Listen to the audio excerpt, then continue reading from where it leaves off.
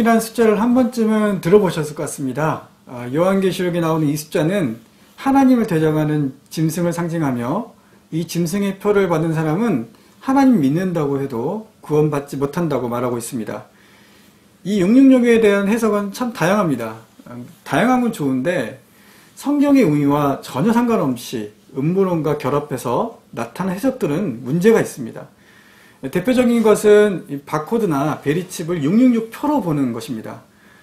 그러니까 우리 신체 일부에 바코드를 받거나 베리칩을 넣게 되면 우리는 짐승의 표를 받게 되는 것이니까 구원받지 못한다는 것이죠. 왜냐하면 이 사탄이 이 바코드나 베리칩을 통해서 우리를 통제하고 다스린다고 보기 때문입니다. 이런 논리라면 우리는 신용카드나 핸드폰은 절대 사용해서는 안 됩니다.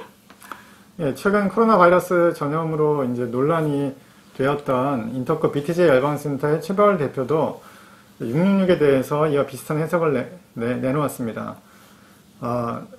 최벌 대표는 현대에 들어서 이 슈퍼컴퓨터의 전산 시스템으로 전 지구적 통제가 이루어지고 또 세계 무역기구의 세계시장 지배로 매매 권력이 강해졌다고 이제 말합니다. 그러니 모든 것을 세계를 지배하려는 적그리스도의 계략이며 이 적그리스도를 거부하는 성도들은 핍박당한다고 주장합니다.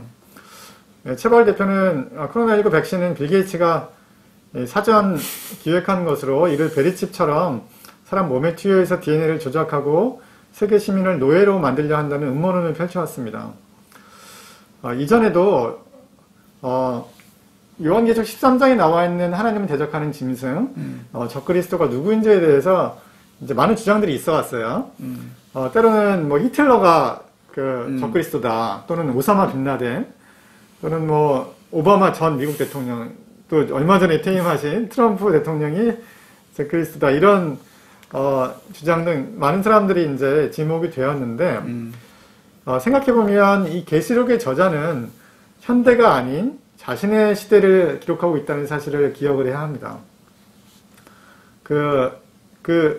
요한계시록 기록될 당시에 그들의 적은 로마였고 로마 황제들이었습니다. 이들이 이스라엘을 지배했고 하나님의 백성들을 억압하고 착취했기 때문에 그들을 하나님을 대적하는 자로 봤습니다. 그래서 대부분의 성경학자들은 하나님을 대적하는 짐승을 상징하는 666은 당시 초기 기독교인들을 핍박했던 로마 황제를 지칭하는 것으로 봅니다. 네. 고대 사람들 같은 경우에는 숫자를 통해서 여러 가지 의미를 표현하고 강조했습니다. 구약 성경을 예를 들면 이 7이라는 숫자는 굉장히 의미가 있죠. 이 7을 통해서 안식과 해방이라는 상징을 이 숫자를 통해서 성경은 보여주고 있습니다. 이렇게 숫자가 가진 숨겨진 의미와 당시 상황과의 연관성을 연구하는 것이 수비학이라는 학문으로 정립이 되는데요. 기원전 3세기 이후 헬라 문명의 영향 속에 있었던 이 히브리인들이 이 숫자 표현의 방식에 변화가 생겼다고 합니다. 그래서 알파벳 순서를 수의 기호로 사용해서 헬라 방식에 따라 유대인들도 히브리 자음 순서대로 이제 수를 표기했다고 합니다. 유대인들은 이러한 수비학적 해석을 게마트리아라고 불렀습니다. 예를 들면 헬라어 알파벳 첫 글자인 이 알파 같은 경우는 1이고요. 마지막 글자인 오메가는 800 이렇게 해석해서 그 알파벳을 조합해서 거기에 숫자를 매기고 그 숫자를 통해서 의미를 만들고 그것을 공유했습니다. 독일 신학자 베너리는 1841년에 베를린 대학 광자에서 666은 네로 카이사르라고 주장했습니다. 네로 카이사르를 히브리로 변환한 자음에 이 수를 대입해보면 이 수비학적으로 666이 되기 때문입니다. 그러니까 이러한 주장은 666과 관련된 성경 본문의 역사적 배경을 살펴보면 일목요연하게 드러납니다. 요한계시록은 앞에서 얘기했지만 로마 황제, 특히 도미티나스 황제의 박해를 받은 사도 요한이 바모솜에 유배가 되어서 쓴 책입니다.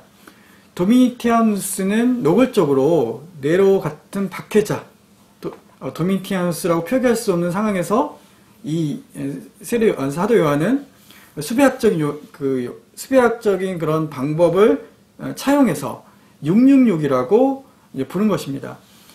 그를 666이라고 한 것은 네로 같은 박해자였고, 두 번째 짐승이라고 한 것은 그가 네로에 이은 두 번째 박해자였기 때문입니다.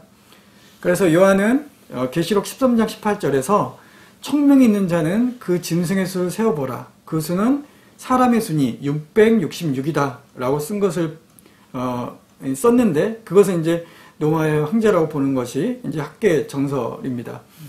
이 두 번째 짐승과 관련해서 요한계시록 17장 11절은 전에 있다가 지금 없어진 짐승은 8번째 왕이니 일곱 중에 속한 자라고 기록하고 있습니다. 이는 역대 로마 황제를 지칭하는데 8번째 황제가 바로 이 도미티아누스입니다. 그러니까 당시 기독교인들은 이 666이라는 숫자를 들을 때 이 사람이 누군지 단번에 알았다는 것입니다. 두 번째 짐승인 제2의 박해자, 네론 같은 황제, 8번째 왕이 악명 높은 바로 이 도미티아누스가 바로 666이다라고 보는 것이 타당한 해석입니다. 1에서 2세기 당시의 로마에서는 황제에게 희생제사를 드리고 발급받는 황제의 인장이 찍힌 공식 문서가 없으면 매매를 할 수가 없었는데, 이것을 이제 계시록에서 언급하는 짐승의 표로 기록했다고 보면 666이 로마 황제 네로와 로마 황제들이 언급했다고 보는 것이 이제 보다 확실합니다. 우리가 성경을 해석할 때 그 본문이 기록된 당시의 배경을 살펴보는 것이 이제 매우 중요합니다. 요한계시록은 로마의 박해 가운데 있던 기독교인들을 대상으로 기록된 책입니다. 하나님을 대적하는 짐승, 그리고 666을 지금 21세기 어떤 인물과 상황을 가정하고 기록한 책이라고 보면은 조금 무리가 있죠. 오히려 당시에 그 이스라엘을 지배하고 핍박했던 로마와 로마 황제들을 상징하는 것이라고 봐야 합니다. 빌 게이츠라든지 또는 미국의 대통령이라든지 또는 가톨릭의 교황 등 지금 이 시대의 그 누군가를 요한계시록이 적그리스도로 보고 그들이 지금의 세계를 백신이나 또는 경제나 다른 것으로 지배하고 조정하려고 한다는 이 음모론에 대해서 우리가 경계를 해야 되겠고 현혹되지 말아야 할 것입니다. 예, 오늘 방송은 여기까지입니다. 감사합니다. 네, 감사합니다.